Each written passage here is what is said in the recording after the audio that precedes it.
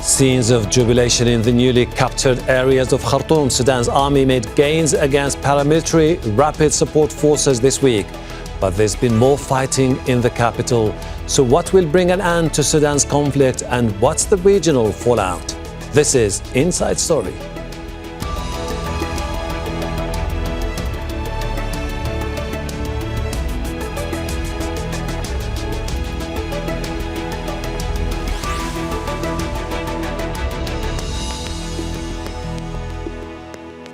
Hello, welcome to the program. I'm Hashem Ahelbarra. Sudan's army has launched a major offensive in the capital, Khartoum, and has regained some ground. It now controls 3 important bridges in and out of the city, but heavy fighting continues in central Khartoum.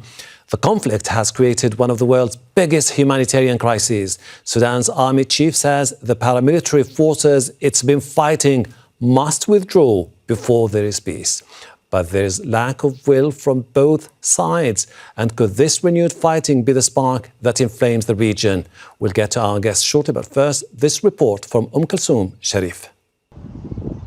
On Thursday, Sudan's capital woke up to airstrikes and shelling as the army attacked paramilitary positions in and around Khartoum.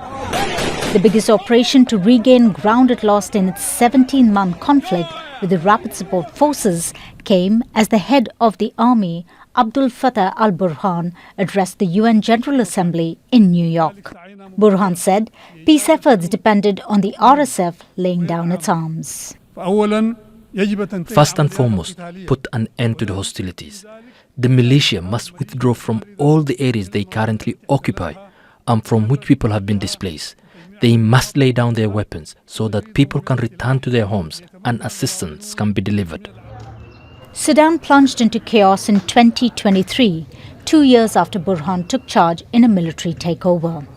Long-simmering tensions between the army led by Burhan and the RSF led by Mohammed Hamdan Dagalo, known as Hemeti, led to street battles in Khartoum.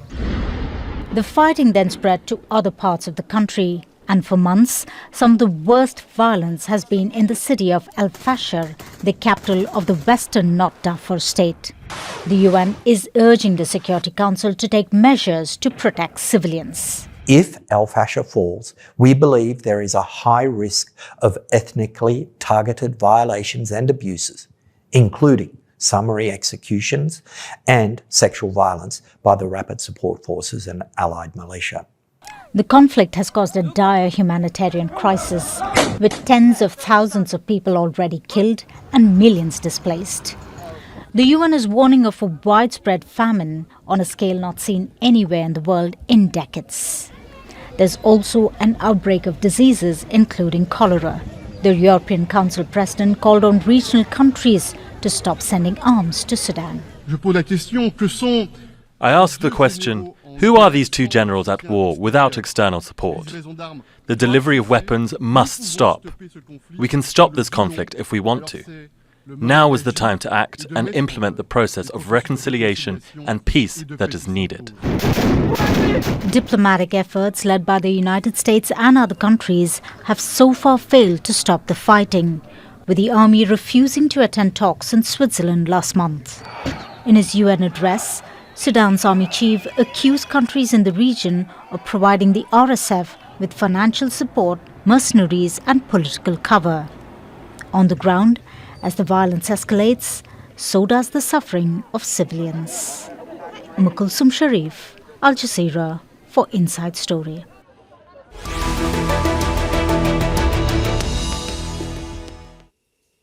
Let's bring in our guest in New York, Kholood Khair, founding director at Confluence Advisory, a Sudanese think tank in Cairo. Amgad Fareid Eltayeb, executive director of the Sudanese think tank Fikra for Studies and Development. And in Geneva, Dr. Mukesh Kapila, former United Nations resident and humanitarian coordinator for Sudan. Welcome to the program. Kholood, let me start by asking you about the latest military developments on the ground. Do you think that the push by the army to take over Khartoum is a significant development in the events in Sudan? I think so far the most significant thing about it has been the timing. It was timed to coincide with General Burhan's speech at the United Nations. And I think even though he's been at pains to show himself as the president of a civilian body, the Sovereign Council, he's actually used the military means to press home that message. You know, one would have hoped that he would have actually opened up, for example, routes for aid, or eased some of the bureaucratic impediments for aid, or puts forth some kind of, plan for life-saving rather than necessarily just a military offensive. But of course, this is integral to who he is. He is a military commander.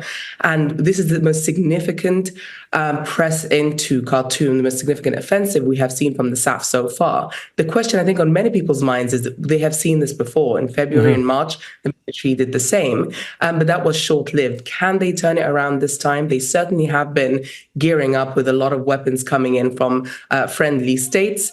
So they are probably in the best position they have been for a while to make something of this. But even this morning, we're hearing that fighting is a little bit quieter. So the extent to which this is a flash in the pan rather than a change in momentum remains to be seen.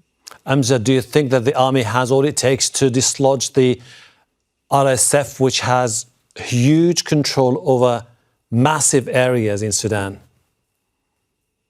I think clearly that what we need to recognize that there is no military end for this war. Even if the army took back Khartoum, it would be very problematic to end the war in other areas in the country, including fast areas in Darfur, which is a volatile point right now, is Al-Fashir, and also areas in Jazeera and South and North Kordofan. However, we cannot decrease the importance, especially the humanitarian importance of the RSF, of SAF taking back or regaining control to certain areas in Khartoum. This is especially important to areas in Bahri and in Tuti Island, because it ended the starvation siege that the RSF have been putting over tens of thousands of civilians in Tuti Island and in Bahri.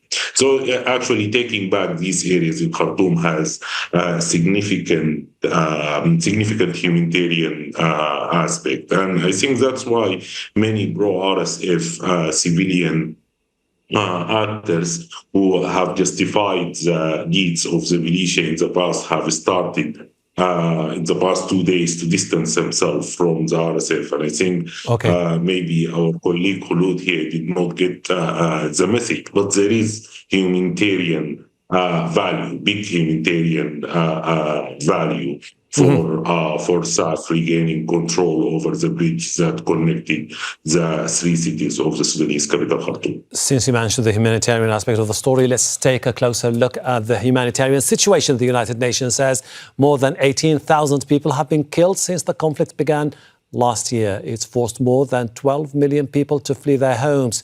2 million, mostly women and children, have escaped to neighboring South Sudan, Chad and Libya.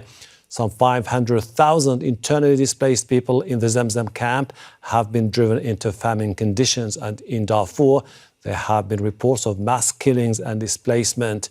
Recently, an outbreak of measles killed more than 1,000 children, and floods have also created the conditions for cholera, with around 11,000 cases reported this year. Mukesh, you have this humanitarian situation, the atrocities committed on the ground, the price that civilians are paying across the country, and that still at the same time you get a sense that this is a forgotten war. It doesn't seem to be really topping the agenda of the international community, does it? Well, I think I'm not sure it's a forgotten war. I think the reports we're getting from all directions point to its horrors, and these are being talked about in chancelleries around the world. The problem is that people do not appear to have any solutions for it. So we can lament it, we can lament the statistics which you have repeated, and the confusion which is evident, but the solutions are not so evident. And meanwhile, I think the needs of the people are obviously underestimated. In fact, the number of refugees is not as great as it should be. if only a couple of million have got out, that means that while 10, 12 millions have been displaced, I think we should have many more people getting out than there are. So therefore, people are being obstructed from finding safe places. And the two warring parties are obstructing aid going to them. And very little aid is getting into the country. So that's the situation. We're kind of a bit out of solutions here. Kholood, the key players in this conflict are the army chief Abdel Fattah al-Burhan and the RSF leader Hemeti. Do you think they are part of any solution in the future, or that for a solution to take place, both have to go? I think we have to, when we think about the SAF and the RSF, we have to think of them as entities, not just the figures who lead them.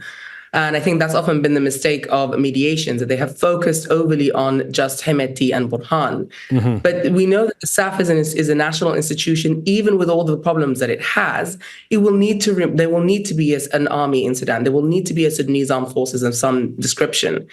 The RSF, there is no legal basis for it other than the legal basis that Omar al-Bashir, the former dictator, put in place. But right now, the RSF has shown that it is not an entity that can be a part of a peaceful sort of future for Sudan. It doesn't have a governance plan. It has been committing atrocities left, right, and center. It is effectively doing exactly what it has been designed to do: loot, pillage, murder.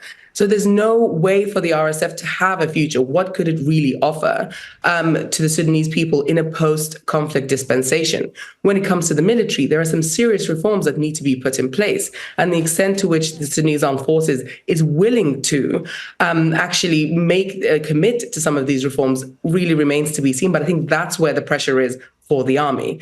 The army will need to remain, but will it need to remain under this guise with this leadership? I think the obvious answer is it can't. Amgad, do you believe there is still a potential for a face-to-face meeting in the future between the two top actors in Sudan to put an end to this bloody conflict, or is it too late? The question is, why should it matter? As Kholood said, RSF and SAF are entities, they are not individuals. And basically, I think there is a big misguidance in the understanding, or on the Western understanding of what is the RSF is.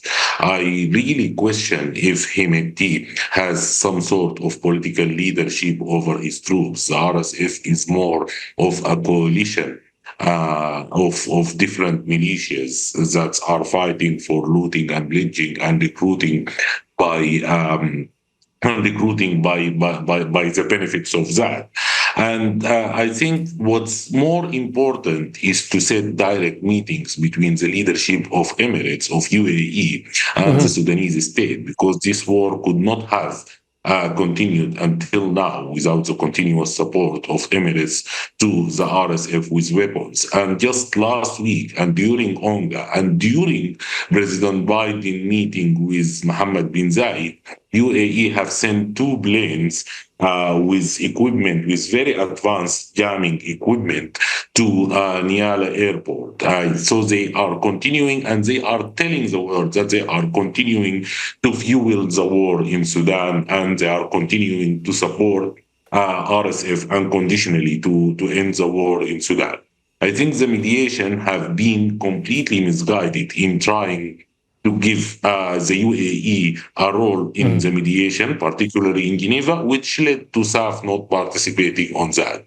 Moreover, as I said, I question the RSF leadership ability to force its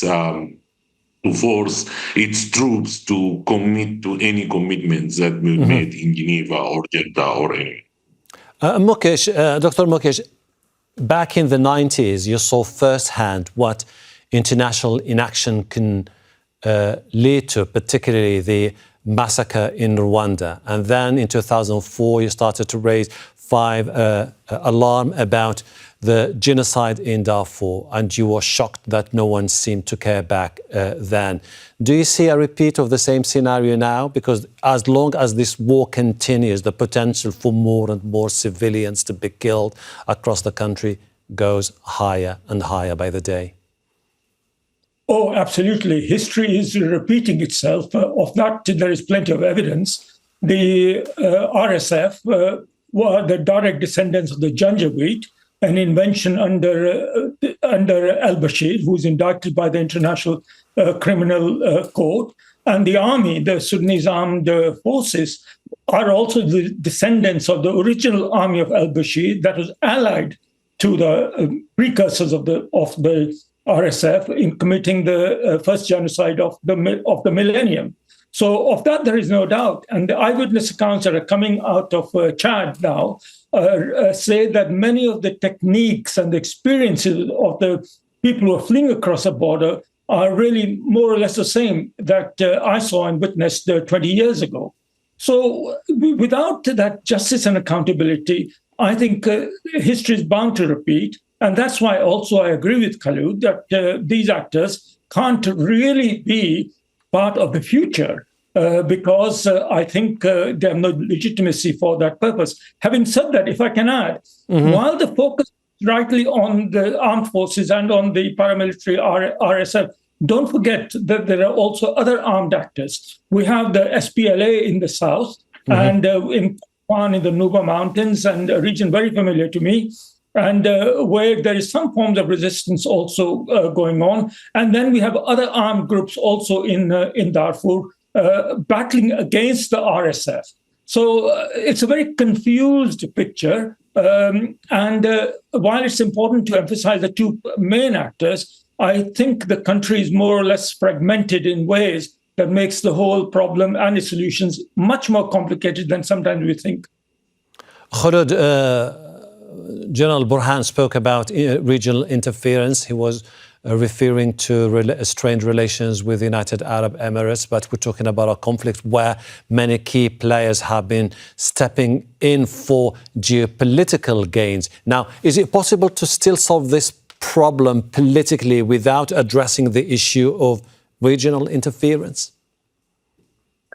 No, not at this point. I mean, I think that the more this war continues, the more the proxy elements will have primacy over some of the more domestic elements. And when it comes to the role of the United Arab Emirates in particular, that has been very well documented in the way that it has helped the RSF to take over large parts of the country, but also to commit a great many atrocity, again, very well documented atrocities, at least in the past 18 months.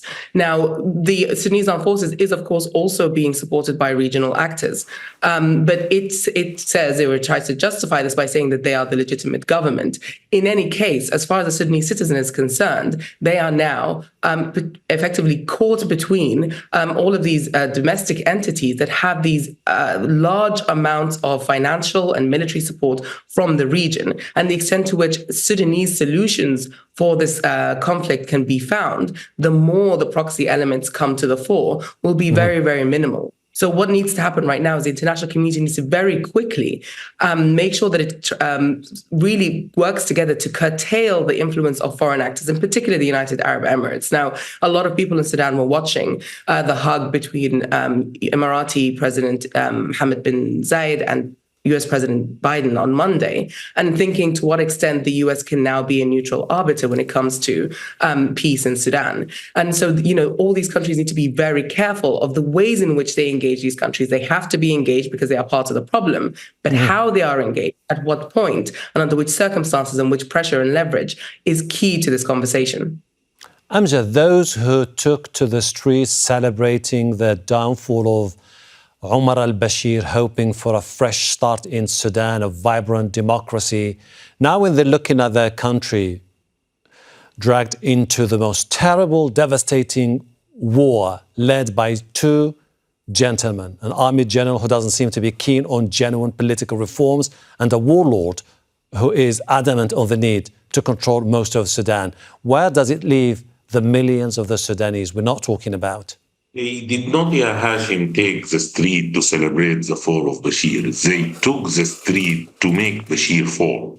What happened in 2019 was a glorious moment in which the Sudanese people fought against al-Bashir and his allies, including the two current warring generals, to establish a new path for their country. And they are still, since that time and still until now, they are putting the right slogan to end this war.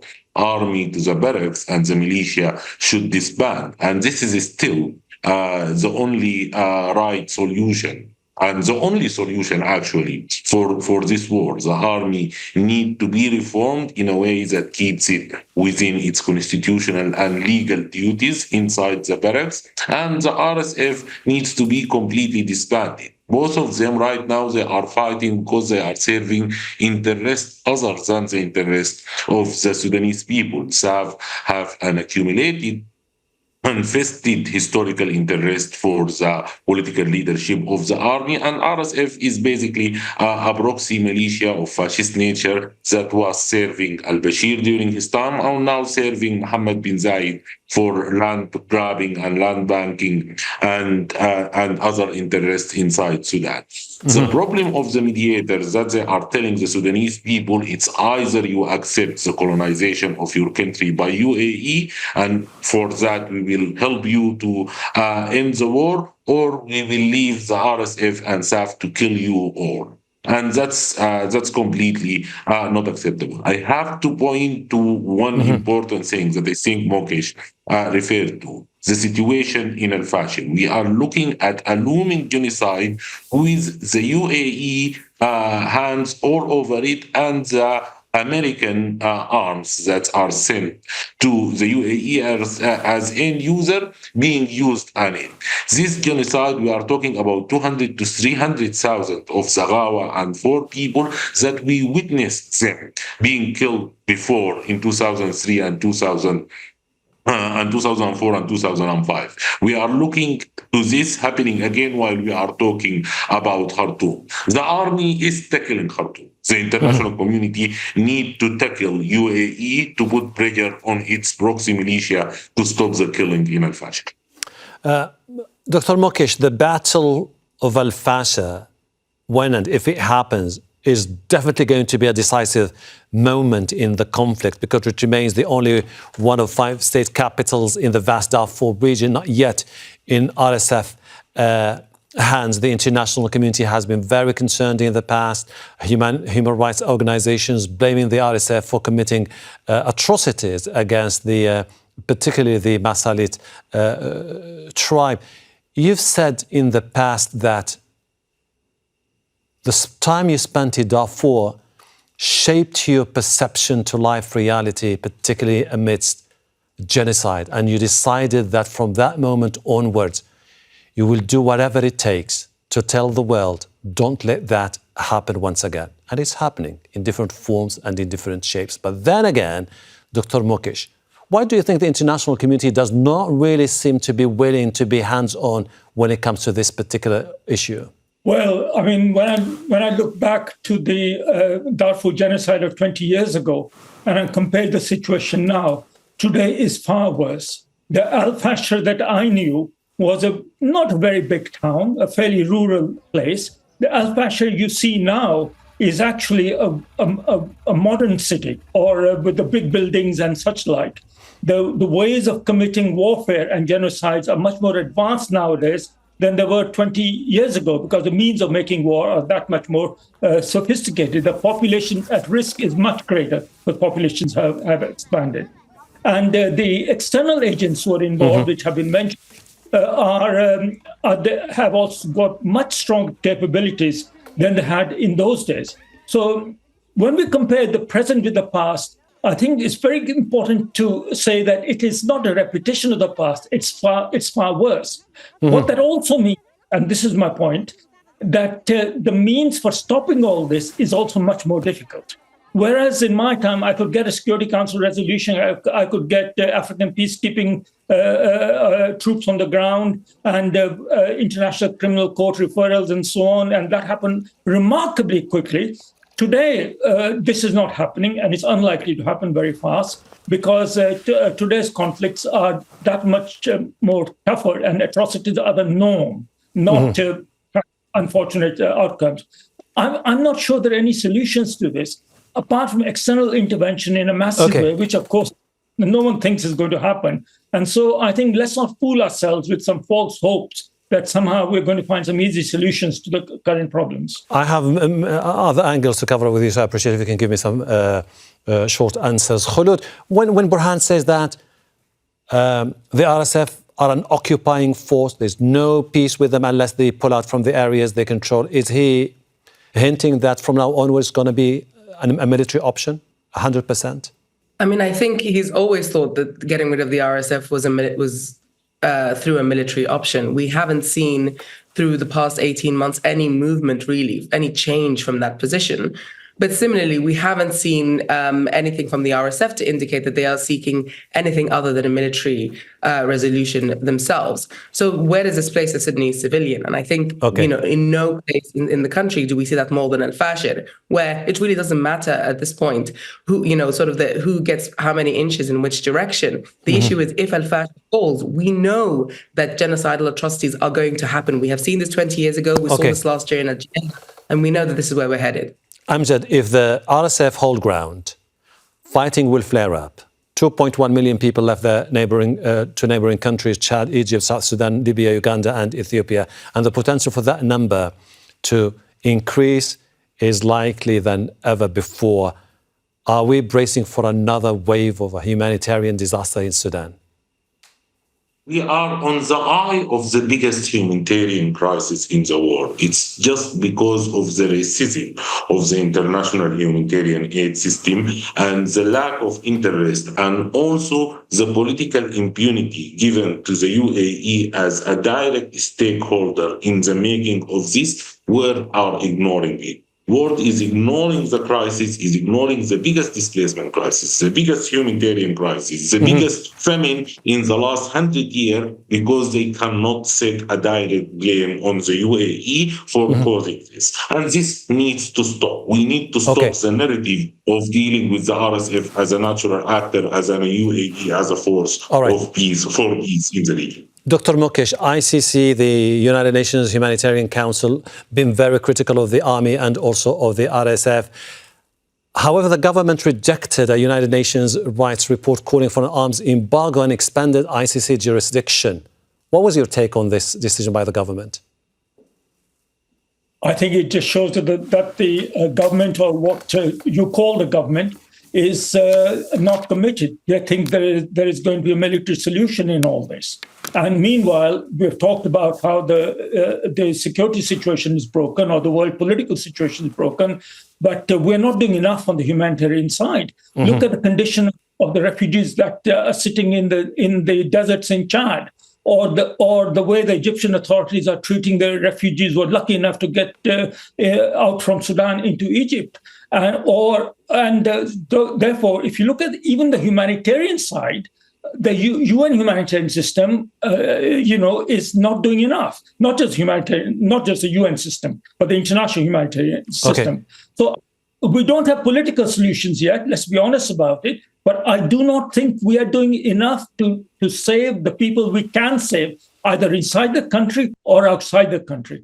So that's important to understand, that we are failing on the humanitarian front. Mukesh, Dr. Mukesh, Kapila, Amgad, Fareid, Eltayeb, Kholood, Khair, I really appreciate your insight and your contribution to the program. Looking forward to having the same conversation with you in the upcoming days and weeks. Thank you.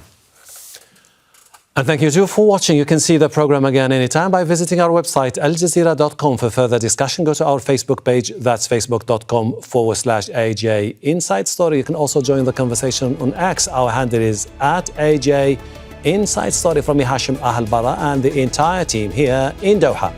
Bye for now.